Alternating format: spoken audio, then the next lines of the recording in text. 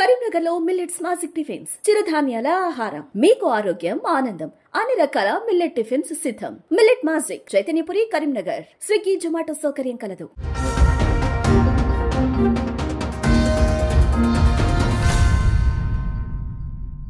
నమస్తే, welcome to Suman TV Karimnagar. నా పేరు వినయ్. టుడే కరీంనగర్ బులెటిన్ కి స్వాగతం. ముందుగా హెడ్లైన్స్. లోక్ అదాలత్ ను సద్వినియోగం చేసుకోవాలన్న జడ్జ్ వెంకటేష్. జాతీయ న్యాయ సేవాధికార సంస్థ ఆధ్వర్యంలో నిర్వహణ. మేయర్ సునీల్ రావు అవినీతికి పాల్పడుతున్నారన్న సోహాన్ సింగ్.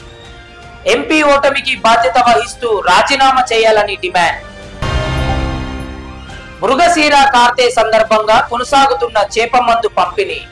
సర్వరోగ నివారణగా ఔషధం పనిచేస్తుందంటున్న నిర్వాహకులు. ప్రారంభమైన సిపిఎం రాజకీయ శిక్షణ తరగతులు. రాజ్యాంగాన్ని పరిరక్షించుకోవాలన్న మిల్కూరి వాసుదేవారెడ్డి.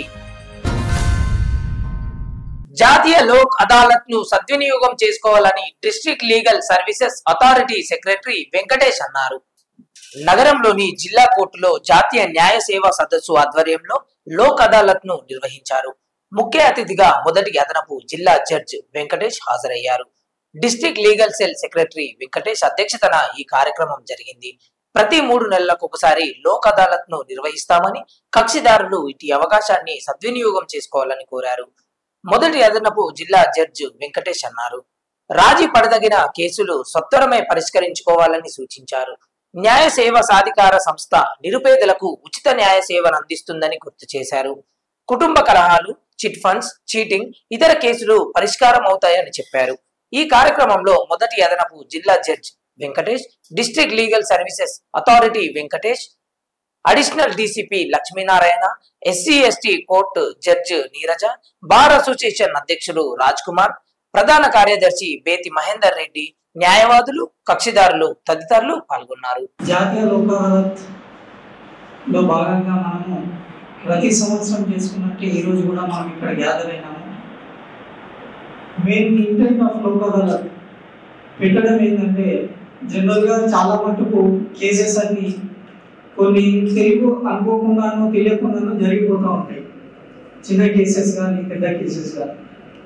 సో ఈ లోక్ అదాలత్ పెట్టడం ముఖ్య ఉద్దేశం ఏంటంటే, అట్లా చిన్న చిన్న కేసుల్లో ఇరుక్కున్న కక్షిదారులు కానీ, సివిల్ కేసెస్లో ఉన్నది తగాదా, భూ తగాదాను, లేకపోతే గట్టు తగాదాను, అన్నదమ్ముల మధ్యలో తగాదాలు, ఇంటి పక్కన ఉండే వాళ్ళతో తగాదాలు. సో ఇవన్నీ ఒక్కసారి తెలియకుండా మనం పెట్టిన తర్వాత ఆ కేసు ఒక్కసారి కోర్టు పోయింది అని అంటే లీగల్ గా ప్రొసీడ్ కావాలి. కాబట్టి దానికి కొంత ప్రొసీజర్ అనేది ఉంటుంది. బుక్స్ లో రాసుకున్న ప్రొసీజర్ అవన్నీ మనం పాటించాలి. సో ఇవన్నీ మనం పాటిస్తూ ఉన్నాం కాబట్టి ఒక్కొక్క కేసు మనకు 2 నుంచి 3 సంవత్సరాల కాలం టైం పడుతుంది.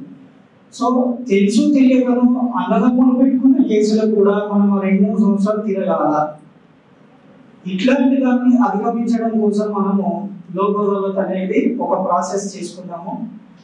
దీంట్లో భాగంగా అన్నదమ్ములు కానివ్వండి, తెలుసు కానివ్వండి, చుట్టాలు కానివ్వండి, చిన్న చిన్న తగాదాలు ఏదైనా ఉంటే రాజీ పడదగిన కేసులు ఇవి కూడా ఏవి రాజీ చేసుకోవాలో.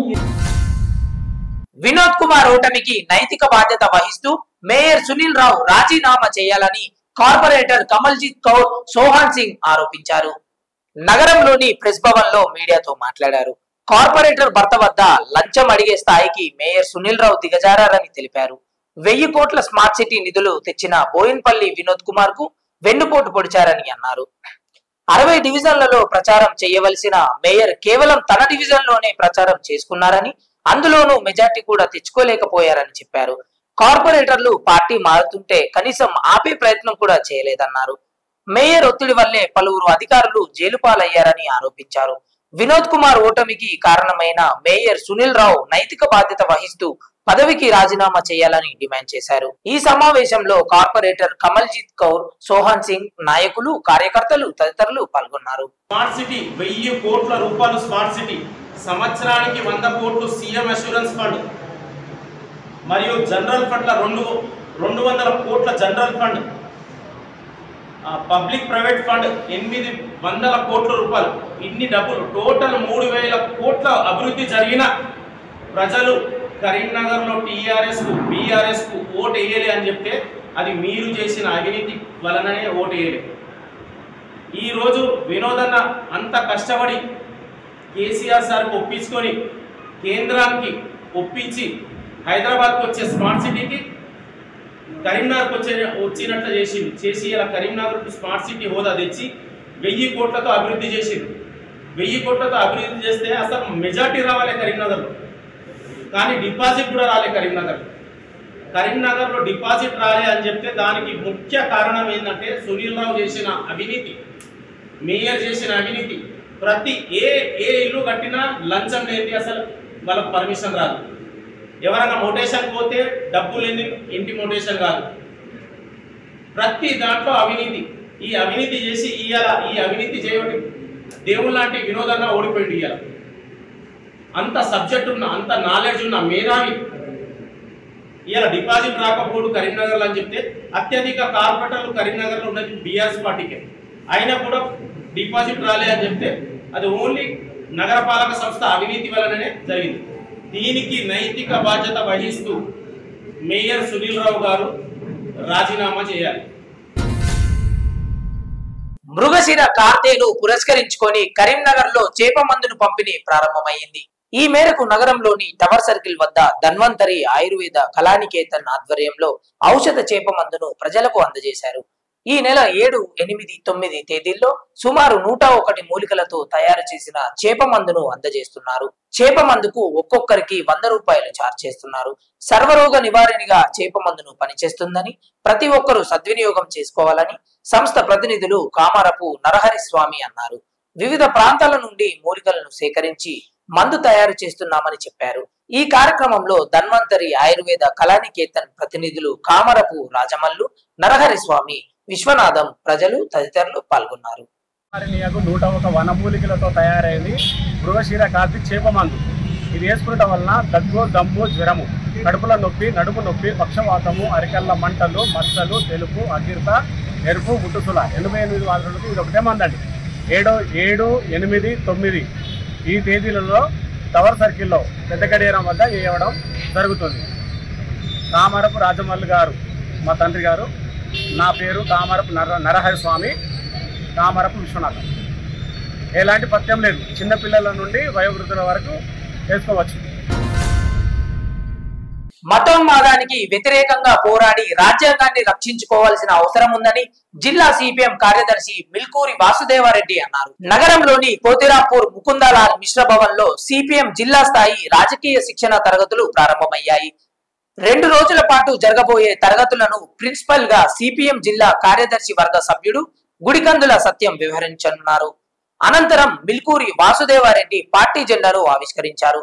మతోన్మాదం రోజు రోజుకు పెరుగుతోందని మిల్కూరి వాసుదేవారెడ్డి అన్నారు. మనుధర్మ శాస్త్రం పేరుతో కులాల మధ్య, మతాల మధ్య అసమానత సృష్టిస్తూ బీజేపీ రాజకీయంగా లబ్ధి పొందాలని ప్రయత్నం చేస్తుందన్నారు. సార్వత్రిక ఎన్నికల్లో బీజేపీ ఎన్ని కుట్రలు కుతంత్రాలు చేసినా మ్యాజిక్ ఫిగర్ రాలేదని, చావు తప్పి కన్నులొట్టపోయినట్లుగా సీట్లు సాధించిందని చెప్పారు. ఈ సమావేశంలో గుడికందుల సత్యంతో పాటు జిల్లా కార్యదర్శి వర్గ సభ్యులు వర్ణ వెంకట్రెడ్డి, గీట్ల ముకుందారెడ్డి, గుడికందుల సత్యం తదితరులు పాల్గొన్నారు. భారత communist party, Marxist, CPM Karimnagar జిల్లా క్యాడర్ క్లాసులు ఈరోజు రేపు 8, 9 తేదీల్లో కరీంనగర్ జిల్లా కేంద్రంలోని ముకుందాల్ మిశ్రా భవన్లో పార్టీ పతాకావిష్కరణ అనంతరం ప్రారంభమయ్యాయి. ముఖ్యంగా ఈ క్యాడర్ క్లాసులు పార్టీ జిల్లా కమిటీ సభ్యులు, మండల కమిటీ సభ్యులు, మండల కార్యదర్శులతో ఈ క్లాసులు నిర్వహించుకుంటున్నాం. తదుపరి జూన్ 15 నుండి 30 తారీఖులో ఆయా మండలాల్లో పార్టీ సభ్యులకు కూడా శిక్షణ తరగతులు నిర్వహించడం జరుగుతుంది. ముఖ్యంగా ఈ శిక్షణ తరగతులు భారతదేశంలోని రాజకీయ, సామాజిక, సాంస్కృతిక కార్యక్రమాల్లో వస్తున్నటువంటి మార్పులు, తీరుతెన్నులపైన ఉలంకషంగా చర్చించడం జరుగుతుంది. అంతేకాదు బ్రిటిష్ పాలనకు వ్యతిరేకంగా ఆనాడు కమ్యూనిస్టులు పోరాడిన విరోచిత పోరాట చరిత్రను కూడా నెమరు వేసుకోవడం జరుగుతుంది. వాంఛందొరా నీ కాల్మొక్తాని వెట్టి చాకరి విముక్తి కోసం పోరాడినటువంటి తెలంగాణ రైతాంగ సాయుధ పోరాట చరిత్రను కూడా మళ్ళీ ఒకసారి మననం చేసుకోవడం జరుగుతుంది. ఈ చరిత్ర నుంచి భవిష్యత్తు ఉద్యమాలకు నాంది పలకడం జరుగుతుంది. దేశంలో బీజేపీ మతోన్మాద ఫాసిస్టు పాలనకు వ్యతిరేకంగా పెద్ద ఎత్తున కార్యకర్తలకు శిక్షణ ఇవ్వడం జరుగుతుంది. రేపు భవిష్యత్తులో కేంద్ర రాష్ట్ర ప్రభుత్వాలు అనుసరిస్తున్నటువంటి ప్రజా వ్యతిరేక విధానాలకు వ్యతిరేకంగా ప్రజారాశుల్లో ఎలా వెళ్ళాలి, ప్రజలు ఎలా సమీకరించాలి అనే అంశాలపైన ఈ క్లాసుల్లో వివరించడం జరుగుతుంది. ప్రజలు ఎదుర్కొంటున్న సమస్యలే కాదు, పార్టీని అంతర్గతంగా ఎలా అభివృద్ధి చేసుకోవాలన్న దాని మీద కూడా ఈ క్లాసులు ఎంతో ఉపయోగపడతాయని చెప్పేసి భావిస్తున్నారు. సైబర్ నేరాలు కరీంనగర్ జిల్లాలో రోజు రోజుకి పెరుగుతున్నాయి. గత కొద్ది రోజుల క్రితం మహిళకు ఫోన్ చేసి డబ్బులు ఆశించిన సంఘటన మరవక ముందే మరో సంఘటన చోటు చేసుకుంది. కెనడాలో ఉన్న తన కుమారుడు గంజాయితో పట్టుబడ్డాడంటూ ఓ పోలీస్ ఆఫీసర్లా ఫోన్ చేసి 50,000 డిమాండ్ చేశారు. మళ్లీ సదరు మహిళకు పోలీస్ యూనిఫామ్ తో ఉన్న డీపీ ద్వారా మరో వాట్సాప్ కాల్ వచ్చింది. ఫోన్ లిఫ్ట్ చేయగా రేప్ మర్డర్ కేసులో కుమారుడు పట్టుబడ్డాడంటూ బెదిరించసాగాడు. పసిగట్టిన సదరు మహిళ కాల్ రికార్డ్ చేసి ఇట్టి ఆడియోని పోలీసులకు అప్పజెప్పింది.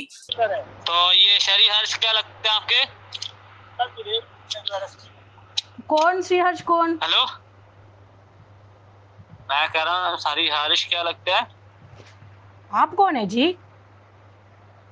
जी मैं मनोज कुमार शुक्ला बात कर रहा हूँ मैम। ये क्या लगता है आपकी जो मैम आपसे पूछा जाए तो ना बताइएगा। भैया है मेरे भैया। भैया है आपका? भैया किधर है अभी? इधर ही है भाई। बात करो आपके भैया से। बाहर है अभी। कहाँ बाहर है? बाहर गया, अभी मार्केट गया भाई। मार्केट गया है ना वो, अभी मार्केट गया, बट आपको ये नहीं बताया उसने क्या काम किया है। क्या किया? देखो मेरी बात सुने, आपका जो भैया है, हाँ मेरी पहले बात सुना है ये। हाँ आपका भैया है दो, मेरी बात सुनो, तो आपका भैया है 2 फ्रेंड उनके साथ हो रहा है, उन्होंने मिलकर एक स्टूडेंट लड़की है उसके साथ रेप किया है। रेप केस में अभी अरेस्ट किया है 5 मिनट पहले। किधर? अभी आप तेलंगाना से बात करिए ना। हाँ जी आपके भैया मैंने या पापा होंगे या मेरे घर में कोई होगा, नंबर उठाएगा, उनसे बात कीजिएगा। अभी 5 मिनट पहले आपके भैया को हमने अरेस्ट किया है। अगर गलती से भी कॉल बंद किया हम आपके भैया की मार के टांगे तोड़ देंगे। अगर अपने भैया से बात करेंगे हम आपके भैया से भी बात करवा देंगे। मेरी नंबर कौन दिया आपको? हेलो, मेरी नंबर कौन दिया आपको?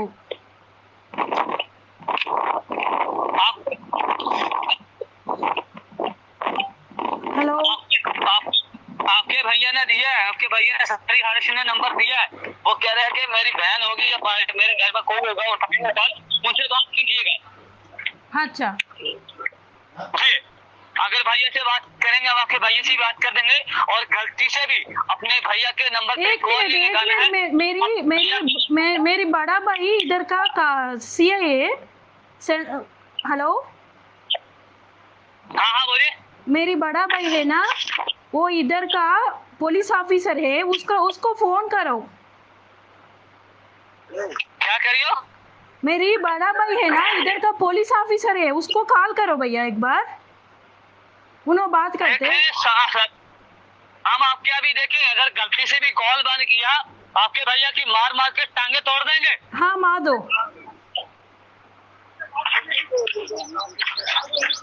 क्या मार दो भैया, उसको मार दो। आप किधर है अभी? देखिए आप ज्यादा लोग दे सकते हैं। अगर अपने भैया से बात करें हम आपके भैया से भी बात करें। हाँ बात करती है, एक बार दे दो उसको। बात करवा रहे हैं। हाँ उसके भैया से बात करवा, उसको दे दो भाई। बात करवा रहे हैं। मैं टॉर्चर रूम के अंदर जा रहा हूँ, मैं बात करवा। हाँ తమకు మౌలిక వసతులు కల్పించాలంటూ డిమాండ్ చేస్తూ కరీంనగర్ జిల్లా తిమ్మాపూర్ మండలం రామకృష్ణ కాలనీలో ప్లాట్స్ ఓనర్ వెల్ఫేర్ అసోసియేషన్ ఆధ్వర్యంలో సమావేశం నిర్వహించారు. రామకృష్ణ కాలనీలో రాజీవ్ స్వగృహాలకు సంబంధించి 85 ఎకరాల స్థలాన్ని 819 ఫ్లాట్స్ గా చేసి గత ప్రభుత్వం హయాంలో విక్రయించారు. అప్పటి ప్రభుత్వం అన్ని రకాల మౌలిక సదుపాయాలు కల్పిస్తామని మాట ఇచ్చి 2 ఏళ్ల కాలం వెళ్లదీసిందన్నారు. ప్రస్తుతం కాంగ్రెస్ ప్రభుత్వంలోనైనా తమకు సీసీ రోడ్లు, డ్రైనేజీలు, విద్యుత్ సరఫరా మొదలగు వసతులు కల్పించాలని ప్రభుత్వాన్ని కోరారు. ఈ కార్యక్రమంలో ప్లాట్ ఓనర్ అసోసియేషన్ అధ్యక్షులు ఎం రఘుశంకర్ రెడ్డి, ఉపాధ్యక్షులు టి మోహన్ రెడ్డి, ప్రధాన కార్యదర్శి చంద్ర సత్యనారాయణ, సహాయ కార్యదర్శి పి నరసింహారెడ్డి, కోశాధికారి మర్రెపల్లి మల్లారెడ్డి, సభ్యులు తదితరులు పాల్గొన్నారు. తెలంగాణ ప్రభుత్వం 2 సంవత్సరాల క్రితం 2022 జూన్ మాసంలో అంగారిక టౌన్షిప్ పేరిట ముస్తలాపూర్ గ్రామానికి సంబంధించి రామకృష్ణ కాలనీ గ్రామ పంచాయతీలో 85 ఎకరాల భూమిని 819 ప్లాట్లుగా చేసి విక్రయించడం జరిగింది. ఆ సందర్భంలో జిల్లా కలెక్టర్ గారు, ఆనాడు ఉన్నటువంటి అధికారులంతా కూడా ఈ 85 ఎకరాల వెంచర్లో పూర్తి స్థాయిలో రోడ్లు, విద్యుదీకరణ, డ్రైనేజీలు, పార్కులు, ఇతర సదుపాయాలన్నీ కూడా తక్షణమే కల్పించబడతాయని చెప్పేసి హామీ ఇచ్చి ఉన్నారు. అయితే 2 సంవత్సరాలలో 4 దఫాలుగా ఈ 819 ప్లాట్లను వేలం వేయడం జరిగింది. దాదాపుగా మధ్యతరగతి వర్గాలు, దిగువ మధ్యతరగతి వర్గాలు, రిటైర్డ్ ఉద్యోగులు, చిన్న చిన్న వ్యాపారులుగా ఉన్నటువంటి వాళ్ళంతా కూడా లక్షల రూపాయలు వెచ్చించి ఈ ప్లాట్లను కొనుక్కోవడం అనేటువంటి జరిగింది. కానీ 2 సంవత్సరాలు గడిచిన ఏ రకమైనటువంటి ప్రగతి, అభివృద్ధి జరగకపోవడం అనేటువంటి చాలా విచారకరం. ప్రభుత్వం ఇచ్చినటువంటి హామీల్ని అమలు చేయాలని చెప్పేసి ఆనాడు ఉన్నటువంటి కలెక్టర్ గారికి, ఆనాడు ఉన్నటువంటి ఎమ్మెల్యే గారికి, ఆనాడు ఉన్నటువంటి మంత్రివర్యులకు కూడా అనేక సందర్భాలలో ప్రాతినిధ్యం చేయడం అనేటువంటి జరిగింది. కానీ ఏ కారణం చేతనో అవి జరగలేదు. అయితే ఇవాళ ఈ ప్లాట్లు కొన్నటువంటి వాళ్ళంతా కూడా చాలా నిరాశకు, ఇబ్బందికి గురవుతున్నటువంటి సందర్భంలో 800 ప్లాట్లకు సంబంధించినటువంటి ఆ యొక్క సభ్యులంతా కూడా మరి అంగారిక టౌన్షిప్లో ఇవాళ సమావేశం ఏర్పాటు చేసుకొని ఒక నిర్ణయానికి రావడం అనేటువంటి జరిగింది. ఈ మేరకు ప్రభుత్వానికి ప్రాతినిధ్యం చేసి తక్షణమే ఆ సమస్యలన్నీ కూడా పరిష్కరించాలని చెప్పేసి మేము ప్రభుత్వాన్ని డిమాండ్ చేస్తా ఉన్నాం. ప్లాటు ఓనర్గా నాకు జరిగినటువంటి ప్రభుత్వం ద్వారా హామీలు ఇచ్చినటువంటి ఇంతవరకు జరగకపోవడం వల్ల అందులో ప్రతి అంగారిక టౌన్షిప్ తీసుకున్నటువంటి ప్లాటు ఓనర్స్కి ఎలాంటి బెటర్మెంట్ ఛార్జెస్ ఉన్నాయని చెప్పి అప్పుడు ఉన్నటువంటి ప్రభుత్వం హామీలు ఇచ్చి మాకు రిజిస్ట్రేషన్ చేసింది. నేను ఇక్కడ ఇల్లు నిర్మాణం చేపట్టినప్పుడు నా టీఎస్బీ పాస్ అందు 8,000 రూపాయలు బెటర్మెంట్ ఛార్జీలు పడ్డాయి. అందులో ఎలాంటి మౌలిక సౌకర్యాలు కూడా లేవు. అంగారిక టౌన్షిప్ లోపల ప్రతి సభ్యుడు కూడా చాలా ఇబ్బందులు పడుతున్నాడు. ఇక్కడ రోడ్లు, డ్రైనేజీలు, వాటర్ సప్లై లేకపోవడం వల్ల ప్రభుత్వం వెంటనే ఈ సమస్యలను పరిష్కరించాలని చెప్పి కోరుతున్నాం. కరీంనగర్ లోని 11వ డివిజన్ లో వోల్టేజ్ సమస్యలు లేకుండా చర్యలు తీసుకుంటున్నామని కార్పొరేటర్ ఆకుల నర్మదా నర్సన్న అన్నారు. నగరంలోని కట్రాంపూర్ లో నూతనంగా ఏర్పాటు చేసిన ట్రాన్స్ఫార్మర్ల ప్రారంభోత్సవ కార్యక్రమాన్ని నిర్వహించారు. కార్పొరేటర్ నర్మదా నర్సన్న ముఖ్య అతిథిగా హాజరై విద్యుత్ శాఖ అధికారులు స్థానికులతో కలిసి ప్రారంభించారు. విద్యుత్ వినియోగం పెరుగుతున్న నేపథ్యంలో సమస్యలు లేకుండా అధికారులు చర్యలు తీసుకుంటున్నారని కార్పొరేటర్ ఆకుల నర్మదా నర్సన్న అన్నారు. ఎస్సీ, డిఈ, ఏఈలకు కృతజ్ఞతలు తెలిపారు. ఈ కార్యక్రమంలో ట్రాన్స్కో ఏఈ శ్రీనివాస్, లైన్మెన్ అంజయ్య, ఆకుల ఎల్లన్న, నర్సయ్య, రజక సంఘం అధ్యక్షులు సంపత్, రాజేందర్, శ్రీనివాస్, కొమ్ముల అనిల్, డివిజన్ ప్రజలు తదితరులు పాల్గొన్నారు.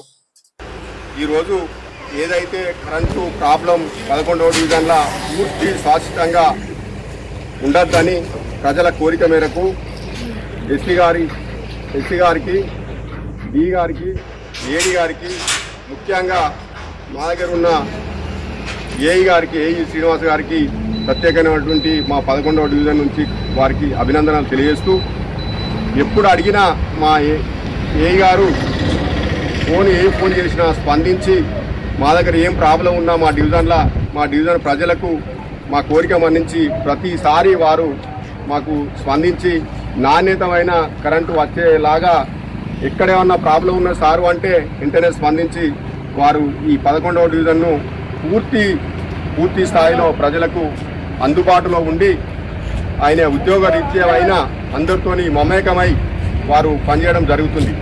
కాబట్టి ఈరోజు వారికి తప్పకుండా ధన్యవాదాలు, శుభాకాంక్షలు చెప్పక తప్పదు. కాబట్టి ఏది ఏమైనా 11వ డివిజన్లో శాశ్వతంగా కరెంటు వోల్టేజ్ ఎక్కడ కూడా తగ్గకుండా ఇంకా 2-3 ట్రాన్స్ఫారాలు కూడా మనం ఇనాగ్రేషన్ చేసుకోవడం జరుగుతుంది. గతంలో కూడా ఒక 3-4 ట్రాన్స్ఫారాలు కూడా పెట్టడం జరిగింది.